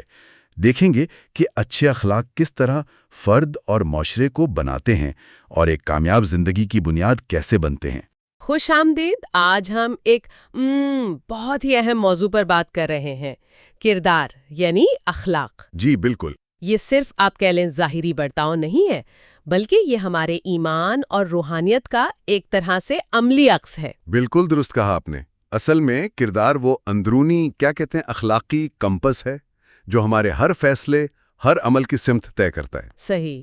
اور یہ وہ خوبی ہے جو اس وقت بھی قائم رہتی ہے جب آپ جانتے ہیں کوئی ہمیں دیکھ نہ رہا ہو۔ اچھا، آج ہمارے پاس ڈاکٹر حافظ عبدالغنی کی کتاب ہے faith, spirituality, character, the straight path to successful life, اور ہم اس کے چوتھے باب پر بات کر رہے ہیں، کردار فضیلت کا مرکز۔ جی تو آج کی اس گفتگو کا مقصد یہی سمجھنا ہے کہ ایک مضبوط، اچھا کردار ہماری ذاتی زندگی ہو یا پیشہ ورانہ، اس میں کامیابی اور وہ جو حقیقی اطمینان ہوتا ہے اس کے لیے اتنا ضروری کیوں ہے۔ دراصل کتاب کا نچوڑ بھی یہی ہے کہ دیکھیں، ایمان دل کو قوت دیتا ہے، روحانیت روح کو سنوارتی ہے، ٹھیک؟ تو کردار جو ہے نا، وہ انسان کی اندرونی دنیا کی اصل کوالٹی، اس کی حقیقت دکھاتا ہے۔ یہ ایک پل کی طرح ہے جو یقین کو عمل سے جوڑتا ہے، نیت کو دیانت سے اور علم کو حکمت سے۔ زبردست۔ تو آئیے پہلے ذرا یہ سمجھیں کہ کردار کا مطلب کیا ہے۔ یہ لفظ سنا ہے یونانی لفظ خراکٹر سے نکلا ہے، جس کا مطلب کوئی نشان یا چھاپ ہوتا تھا۔ جی ہاں بالکل، فلسفے میں اس سے مراد وہ بنیادی خوبیاں، وہ اقدار ہیں جو ہمارے کاموں کو، ہمارے اعمال کو چلاتی ہیں۔ اچھا۔ قدیم یونانی فلسفیوں کو دیکھیں، جیسے ارسطو، وہ اسے انسانی فضیلت کہتے تھے۔ مطلب کردار صرف یہ نہیں کہ آپ صحیح کام کریں، بلکہ یہ کہ آپ اندر سے ایک صحیح انسان بنیں۔ اندر سے؟ ہاں، مثال کے طور پر کسی ضرورت مند کی مدد کرنا، یہ صرف ایک ایکٹ نہیں ہے، یہ آپ کے اندر جو ہمدردی ہے نا، آپ کا جو اچھا کردار ہے، اس کا اظہار ہے۔ تو کردار آپ کے باطن کا آئینہ ہے۔ کتاب میں ایک اور دلچسپ بات ہے، خلق اور خلق کے۔ خلق یعنی ہماری باہر کی شکل، جسمانی ساخت۔ جی، اور خلق ہماری اندرونی ساخت، ہماری طبیعت۔ یہ بڑی خوبصورت تشبیہ دی ہے کہ جیسے ہماری آنکھیں یعنی بصر باہر دیکھتی ہیں، ویسے ہی روح کی ایک اندرونی نظر ہوتی ہے، بصیرت، اور کردار سازی میں یہ بصیرت زیادہ اہم ہے۔ بالکل۔ تو اس لحاظ سے کردار کیا ہوا؟ روح کی وہ پکی حالت، وہ کیفیت جس سے اعمال آپ کہہ لیں بغیر زیادہ سوچے سمجھے آسانی سے نکلتے ہیں۔ اچھا، اب اگر اس حالت سے اچھے کام نکل رہے ہیں تو وہ اچھا کردار کہلائے گا، اور اگر برے اعمال ظاہر ہو رہے ہیں تو وہ برا کردار ہے۔ اور اگر ہم مذہبی نقطہ نظر سے دیکھیں تو کردار کا مطلب ہوا اپنی نیت، اپنی جبلت، خواہشات، اعمال، ان سب کو اپنے عقیدے کی، اپنے دین کی اخلاقی تعلیمات کے مطابق ڈھال لینا۔ جی بالکل، اور ہر مذہب ہی اخلاقی اصول سکھاتا ہے۔ اسلام میں خاص طور پر عدل ہے، حکمت، سچائی، ان چیزوں پر بہت زور ہے۔ صحیح۔ اور یہ بات بھی اہم ہے کہ کچھ بنیادی اخلاقیات ہیں جن پر آپ دیکھیں تو دنیا بھر میں ایک طرح کا اتفاق پایا جاتا ہے۔ جیسے سچ بولنا، ایمانداری، دوسروں کا خیال رکھنا، ہمت دکھانا، ان خوبیوں کی ہمیشہ تعریف ہوئی ہے۔ اور دوسری طرف بے ایمانی، جھوٹ، دھوکہ دہی، منافقت، ان کو کبھی اچھا نہیں سمجھا گیا۔ یہ تو بات ہوئی کہ کردار ہے کیا۔ اب یہ دیکھتے ہیں کہ اچھے کردار کی بنیادیں کیا ہیں۔ کتاب میں امام غزالی کا حوالہ ہے جنہوں نے 4 بنیادی اوصاف بتائے ہیں۔ جی، 4 ستون کہیں انہوں نے: حکمت، شجاعت، عفت اور عدل۔ حکمت یعنی صحیح اور غلط میں فرق کرنے کی صلاحیت، شجاعت یعنی ہمت، ہاں، مشکلات کا سامنا کرنا، اور عفت یعنی اپنی خواہشات پر قابو رکھنا، اعتدال۔ اور چوتھا عدل یعنی انصاف، حق کے مطابق فیصلہ کرنا۔ امام غزالی کہتے ہیں کہ ان چاروں میں توازن بہت ضروری ہے۔ بالکل، توازن ہی اصل چیز ہے۔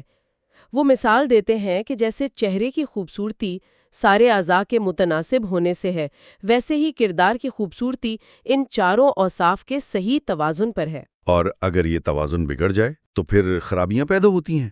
مثلا حکمت اگر حد سے بڑھ جائے تو وہ چالاکی مکاری بن جاتی ہے، کم ہو تو بے وقوفی سادہ لوہی۔ اسی طرح ہمت یعنی شجاعت اگر زیادہ ہو جائے تو تکبر غرور بن جاتا ہے، کم ہو تو بزدلی۔ صحیح۔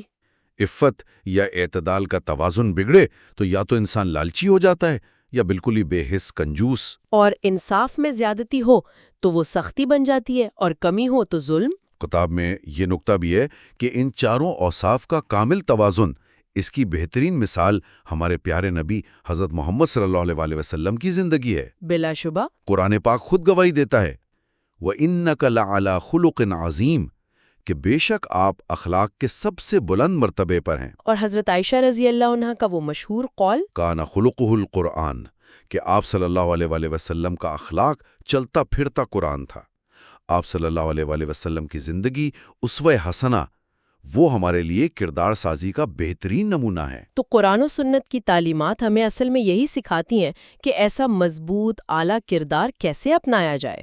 جی ہاں، اور جب ہم یہ کردار اپناتے ہیں تو نہ صرف اپنی ذات بہتر ہوتی ہے بلکہ ہم اپنے ارد گرد معاشرے میں بھی مثبت تبدیلی لا سکتے ہیں۔ حقیقت تو یہ ہے کہ اللہ سے کسی کا قرب، اس کا تعلق اسی بات پر منحصر ہے کہ وہ قرآن و سنت کی روشنی میں اپنے کردار کو کتنا سنوارتا ہے۔ یہاں ایک سوال پیدا ہوتا ہے۔ اکثر لگتا ہے کہ نیکی کا راستہ مشکل ہے، بدی زیادہ آسان لگتی ہے، تو پھر نیکی کو کیوں چنا جائے؟ بہت اہم سوال ہے۔ کتاب کہتی ہے، اور یہ حقیقت بھی ہے، کہ نیکی کمزوری نہیں، یہ اصل طاقت ہے۔ یہ آپ کو اندرونی خوشی دیتی ہے، تکمیل کا احساس دیتی ہے۔ اچھا؟ جی، ایمانداری، ہمدردی، سچائی، یہ چیزیں آپ کی خود اعتمادی بڑھاتی ہیں، آپ کو اندرونی سکون دیتی ہیں۔ اور معاشرے کے لیے؟ معاشرتی سطح پر تو اس کے فائدے بے شمار ہیں۔ جن معاشروں میں اخلاق کی قدر ہوتی ہے وہاں آپ دیکھیں گے زیادہ اعتماد ہوتا ہے، لوگ ایک دوسرے سے تعاون کرتے ہیں، ہم آہنگی ہوتی ہے۔ تو ترقی بھی زیادہ ہوتی ہوگی؟ بالکل، اس سے استحکام آتا ہے، ترقی ہوتی ہے، اور یہ جو آفاقی اصول ہے نا، انصاف، برابری، ان کے بھی مطابق ہے۔ عملی زندگی میں بھی جیسے دفتر میں یا کاروبار میں اچھے کردار والوں کو زیادہ عزت ملتی ہے، لوگ ان پر بھروسہ کرتے ہیں۔ یقیناً، کردار آپ کی ذاتی ترقی، اچھے تعلقات بنانے اور خاص طور پر جب مشکل وقت آئے تو اس میں ثابت قدم رہنے کے لیے ایک بنیاد فراہم کرتا ہے۔ کتاب میں چینی فلسفی کنفوشس کا بھی ذکر ہے، ادنا شخص اور اعلیٰ شخص۔ ہاں، وہ کہتا ہے کہ ادنا شخص خود غرض ہوتا ہے، صرف اپنا فائدہ دیکھتا ہے، جبکہ اعلیٰ شخص جو ہے وہ بصیرت رکھتا ہے، وہ خود کو بہتر بنانے کی کوشش کرتا ہے اور اخلاقی اصولوں پر چلتا ہے۔ اسلامی تعلیمات میں تو اس پر بہت ہی زیادہ زور ہے۔ حدیث مبارکہ ہے کہ کامل ایمان والا وہ ہے جس کا اخلاق سب سے اچھا ہو۔ بالکل، اور یہ بھی فرمایا گیا کہ قیامت کے دن اللہ کے نزدیک سب سے پسندیدہ اور نبی کریم صلی اللہ علیہ وسلم کے سب سے قریبی وہی ہوگا جس کا اخلاق سب سے اچھا ہوگا۔ ایک اور حدیث ہے کہ ترازو میں سب سے وزنی چیز اللہ کا خوف یعنی تقوی اور اچھا کردار ہوگا۔ سبحان اللہ۔ لقمان حکیم کا بھی ایک قول ہے نا؟ جی، ان سے پوچھا گیا کہ انسان میں سب سے اچھی 5 خصلتیں کون سی ہیں، تو انہوں نے فرمایا دین، مال، حیا، اچھا کردار اور سخاوت۔ دیکھیں اچھا کردار کتنا اہم ہے۔ اور برے کردار کو تو اپنی روح کو سزا دینے کے مترادف کہا گیا ہے۔ ہاں، اور ٹوٹے ہوئے برتن کی طرح قرار دیا گیا ہے، جو نہ کام کا رہے نہ مٹی بنانے کے قابل۔ جبکہ بردباری، حیا، سخاوت، اچھا کردار یہ چیزیں انسان کو اونچے درجات تک لے جاتی ہیں۔ یہ بات آج کل کے زمانے میں خاص طور پر پروفیشنل لائف میں بہت اہم لگتی ہے۔ آج کل ادارے، کمپنیاں وہ صرف ڈگری یا مہارت نہیں دیکھتے۔ نہیں، بالکل نہیں۔ دو چیزیں بہت اہم ہو گئی ہیں: کردار، کیریکٹر، اور قابلیت، کمپیٹنس۔ کردار سے مراد وہی ایمانداری، بھروسہ مندی، شفافیت۔ جی، اور قابلیت کا مطلب ہے آپ کے پاس ہنر کیا ہے، علم کتنا ہے، تجربہ کیسا ہے۔ تو ایک طرح سے کہہ سکتے ہیں کہ قابلیت وہ گاڑی ہے جو آپ کو منزل تک لے جاتی ہے، لیکن کردار وہ لنگر ہے، وہ اینکر جو آپ کو وہاں ٹکائے رکھتا ہے۔ واہ، زبردست مثال ہے۔ حقیقی پائیدار کامیابی اور خوشی وہ اخلاقی اقدار کے بغیر ممکن ہی نہیں ہے۔ اعتماد جو کردار و قابلیت دونوں سے مل کر بنتا ہے، وہ تمام تعلقات کی، تمام اداروں کی بنیاد ہے۔ تو مارکیٹ میں بھی ان لوگوں کو پسند کیا جاتا ہے جو محنتی ہوں، پختہ ہوں، اخلاقی طور پر ذمہ دار ہوں، خود نظم و ضبط والے ہوں، اور روحانی طور پر بھی روشن خیال ہوں۔ لیکن افسوس کی بات یہ ہے، جیسا کتاب میں بھی اشارہ ہے، کہ آج ہم ایک طرح کے اخلاقی بحران کا شکار نظر آتے ہیں۔ ایسا لگتا ہے کردار کی اہمیت کم ہو رہی ہے۔ جی، اسی لیے تو کاروباری ادارے اب امیدواروں کی ایمانداری جانچنے کے لیے، ان کا کردار پرکھنے کے لیے طرح طرح کے طریقے استعمال کرتے ہیں، بیک گراؤنڈ چیکس وغیرہ۔ کیوں؟ کیونکہ جن کا کردار کمزور ہو وہ شاید شروع میں اوپر چلے جائیں، کامیاب لگیں، لیکن آخرکار ان کی حقیقت کھل جاتی ہے، وہ ٹک نہیں پاتے۔ وہ خود ذمہ دار ہوتا ہے، اور یہ چیز ادارے کے منافع، اس کی ترقی کے لیے بھی بہت اہم ہے۔ خوشی اور اخلاقیات کا تعلق بھی بہت پرانا ہے۔ ارسطو نے بھی کہا تھا، جی، اس نے کہا تھا کہ حقیقی خوشی، جسے وہ یوڈامونیا کہتا تھا، وہ نیکی کے ذریعے ملتی ہے، اپنی صلاحیتوں کو نیکی کے ساتھ استعمال کرنے سے۔ تو نیکی کا راستہ مشکل ضرور ہو سکتا ہے، لیکن یہ اندرونی اطمینان دیتا ہے، زندگی کو معنی دیتا ہے، مقصد دیتا ہے، اور اس سے مضبوط رشتے بنتے ہیں۔ مشہور ہسپانوی مصنف ہیں سروانتیز، جنہوں نے ڈان کیوٹے لکھی، ان کا بھی ایک قول ہے نا۔ ہاں، انہوں نے لکھا کہ نیکی کا راستہ تنگ ہے مگر زندگی کی طرف جاتا ہے، جبکہ بدی کا راستہ کشادہ ہے مگر موت پر ختم ہوتا ہے۔ گہری بات ہے۔ قرآن پاک بھی تو ہمیں یہی سکھاتا ہے کہ نیکی کے راستے میں جو مشکلات آتی ہیں وہ اصل میں آزمائشیں ہیں۔ بالکل، آزمائشیں ہیں جو روح کو پاک کرتی ہیں، اور اللہ تعالیٰ صبر کرنے والوں کو خوشخبری دیتا ہے۔ قرآن بار بار ہمیں یاد دلاتا ہے کہ دنیا کی یہ چمک دمک، یہ سب عارضی ہے۔ اصل چیز اللہ کے پاس ہے۔ جی، اللہ کے پاس جو اجر ہے وہ بہتر ہے اور ہمیشہ رہنے والا ہے۔ تو گویا کردار اصل میں اصولوں پر مبنی زندگی گزارنے کا نام ہے۔ ہمارا مستقبل ہماری ظاہری شخصیت پر نہیں، ہمارے کردار پر منحصر ہے۔ یقیناً، اور قرآن بار بار ایمان کے ساتھ اچھے اعمال یعنی عمل صالح کا ذکر کرتا ہے۔ سورۃ العصر میں بھی یہی ہے نا؟ جی، ایمان لانے والے، نیک عمل کرنے والے اور حق اور صبر کی تلقین کرنے والے ہی خسارے سے بچیں گے۔ بالکل، اور سورۃ النحل میں تو واضح فرما دیا، جو کوئی نیک عمل کرے، مرد ہو یا عورت، اور وہ مومن ہو، تو ہم اسے ضرور پاکیزہ زندگی عطا کریں گے، اور ہم انہیں ضرور ان کے بہترین اعمال کا اجر دیں گے۔ سبحان اللہ۔ یہ آیت کردار، ایمان اور حقیقی کامیابی کے تعلق کو بالکل واضح کر دیتی ہے۔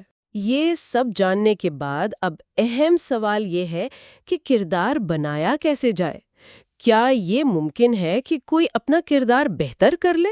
کتاب کہتی ہے، اور یہ اسلام کی تعلیم بھی ہے، کہ برا کردار اگرچہ زہر کی طرح ہے، لیکن اس کا علاج ممکن ہے۔ اچھا، جی، جیسے جانوروں کو سدھایا جا سکتا ہے، ان کی تربیت کی جا سکتی ہے، ویسے ہی انسان کوشش سے اپنے کردار کو سنوار سکتا ہے۔ اس کے لیے محنت اور صحیح طریقے اپنانے کی ضرورت ہے۔ تو وہ طریقے کیا ہیں؟ کتاب کن چیزوں پر زور دیتی ہے اس حوالے سے؟ کئی طریقے بتائے گئے ہیں۔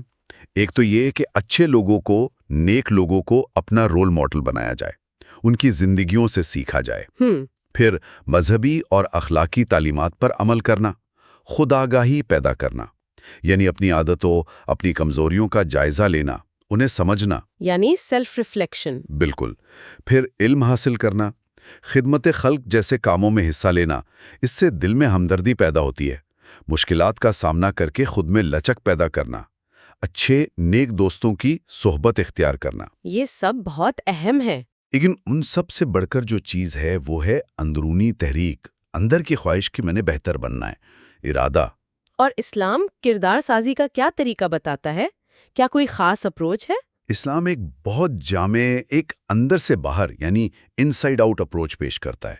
اس کی بنیاد آپ کہہ لیں 3 اہم ستونوں پر ہے۔ وہ کیا ہے؟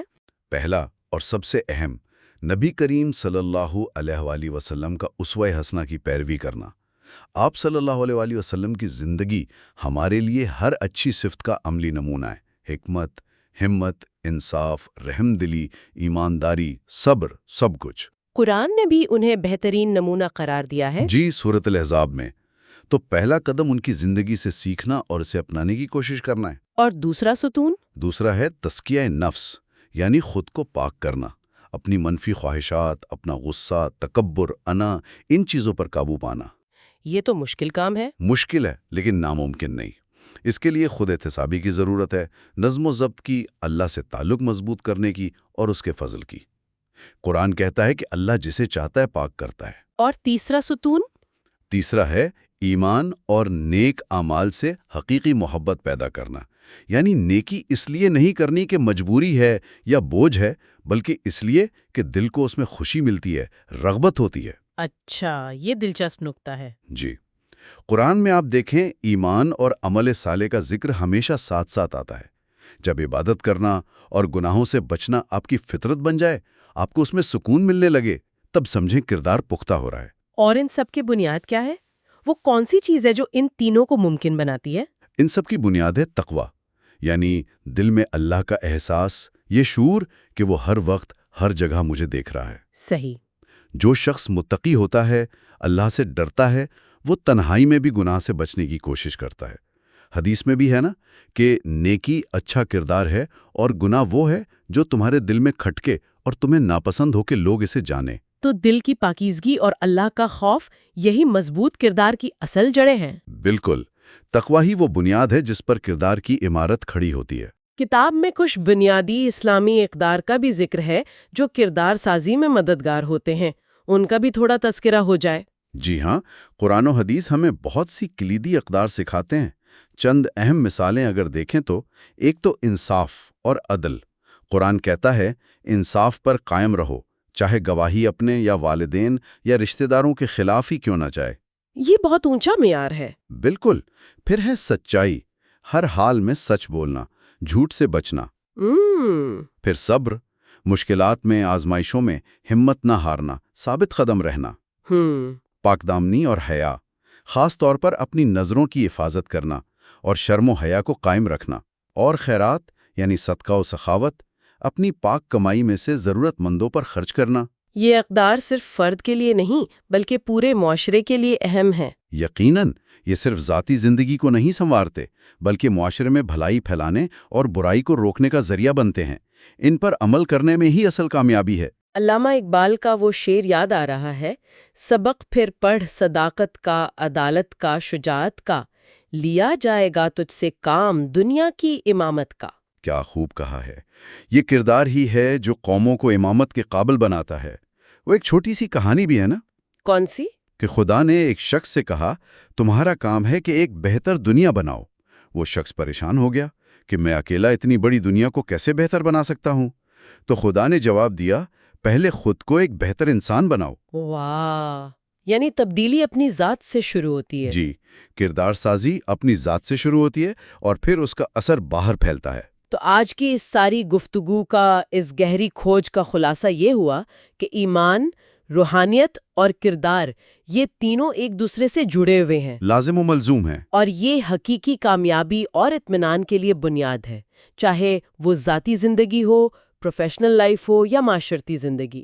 بالکل، ایمان ہمیں ایک سمت دیتا ہے، ایک مقصد دیتا ہے، امید دیتا ہے۔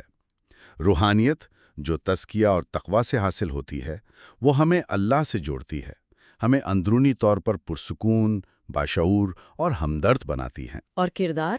اور کردار ان دونوں کا عملی ثبوت ہے، عملی نتیجہ ہے۔ یہ ہمیں قابل اعتماد بناتا ہے، با اخلاق بناتا ہے، معاشرے کا ایک مفید رکن بناتا ہے۔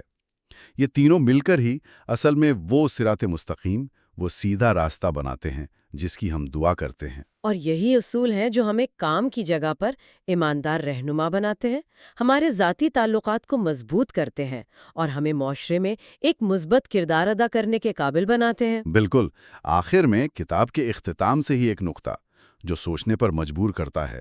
اپنے وجود کی گہرائیوں میں اترو، وہاں تمہیں ایمان کی روشنی ملے گی، روحانیت کا جوہر ملے گا اور کردار کی طاقت ملے گی۔ ان تینوں کو جب تم یکجا کر لو گے تو اسی میں تمہاری اصل صلاحیت کی پرواز ہے۔ ان سب کو اپناؤ ایک حقیقی، روشن اور کامیاب زندگی کے لیے۔ بہت خوب، اس گہری کھوج میں ہمارے ساتھ شامل ہونے کا بہت شکریہ۔ اگر اس گفتگو سے آپ کو کچھ سیکھنے کو ملا ہے تو برائے کرم چینل کو سپورٹ کرنے کے لیے لائک کریں، شیئر کریں اور سبسکرائب کریں۔ جی ضرور۔ پاکستان سے باہر مقیم ناظرین سپر تھینکس کے فیچر کو استعمال کر سکتے ہیں یا چینل ممبر بن کر ہماری مدد کر سکتے ہیں۔ پاکستان میں موجود دوست جیز کیش یا راست آئی ڈی کے ذریعے اپنا تعاون بھیج سکتے ہیں۔ آپ کی سپورٹ ہمارے لیے بہت اہم ہے۔ پن مکمل سپورٹ کی تفصیلات آپ کو اس ویڈیو کے نیچے پن کیے گئے کمنٹ میں مل جائیں گی۔ مزید ایسی علمی اور فکری گفتگو کے لیے حمزہ یعقوب کے ساتھ جڑے رہیں۔ بہت شکریہ۔